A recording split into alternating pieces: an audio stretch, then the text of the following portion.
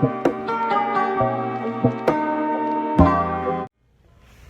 everyone, it's Carly Becca, and in this video I want to talk to you all about hair types, because recently I had a couple people reach out to me about hair, and I feel like this is just really important to address so that you guys can take this information and use it for yourselves. So I would like to start by saying that everyone has a hair texture, and that hair texture is bound to change over time because of environmental factors, or if you're just straightening your hair all the time, it's going to change the structure of your hair. So I wouldn't recommend doing that.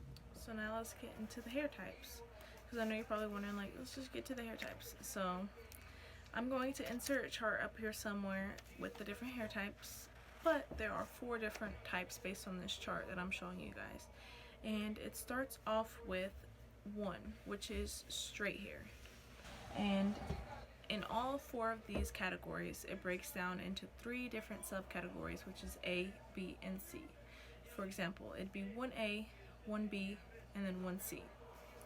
And straight hair, basically, you're not going to want to apply grease or like too much oil to the hair, just because for straight hair it's so much easier for the natural oils in the scalp to go down the hair. And that's why you see many times why like curly, coily, kinky hair, many times people with it will apply oils to the hair, because the natural oils don't like move down the hair as easy as it would to straight hair. So let's go on to the next category. So the next category would be 2. And in 2, they're considered wavy hair. And as you can see from 2A to 2C, 2A would be more loose waves, while 2C is the more tighter wave. And with waves, you will see like they get frizzy easily. And as far as the products go for wavy hair, you're not going to want to put like a heavy cream on this type of hair, just because it gets weighed down really easily. So a light styler that you're able to scrunch into your hair will be perfect. Next one is type 3 hair. Type 3 hair is known as curly hair, with 3A being a loose curl, with 3C being a very tight curl. And with this hair type, it's prone to dryness, breakage, shrinkage, frizziness, and like all the above. So it's really important to keep this hair type moisturized. I've seen people use leave-in conditioners, creams, jellies, and so much more. And I have something written down here. You're going to want to avoid like petroleum, mineral oil, and sulfates and paraben, because it will dry the hair out, which you do not want. Last but not least is type 4 hair. Type 4 hair would go from like very curly at 4A to like 4C, which is going to be like more kinky, very kinky hair. And so for this hair, it's like extremely dry, so you're going to want to use like a thicker cream for this type of hair, versus like not really using anything for type 1 hair, because this hair is, like I said, extremely dry, and the natural oils, it's not as easy for them to move down the hair, and this hair will experience like really extreme shrinkage, I know, and breakage is like really real for this hair, and that's why many people think it's not growing, because of the breakage.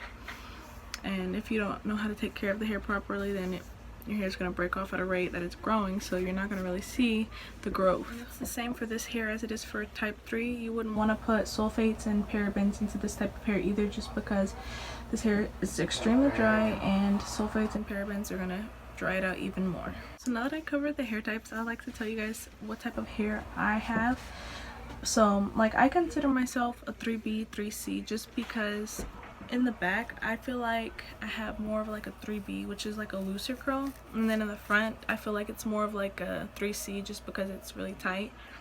But you will notice that like many people have more than one hair type in their hair. But like, if you have really bad heat damage from like straightening your hair all the time, then you're probably not gonna be able to see your hair type, just because it's so damaged and the structure of your hair is not the same. It's probably like really straight when it should be like curly. So you might have to just wait, because you know, overnight it's not going to change back to your natural hair type. So that's another thing to keep in mind. Also, there are hair quizzes online to like tell you about products that work best for your hair types. But I do want you guys to keep in mind that there are other hair identification tests, like the porosity test and the density test, but I would like to save those for another video because that's more information to cover. But that is all I have for this video, so I'll see you all in my next video. Thanks for watching. Bye.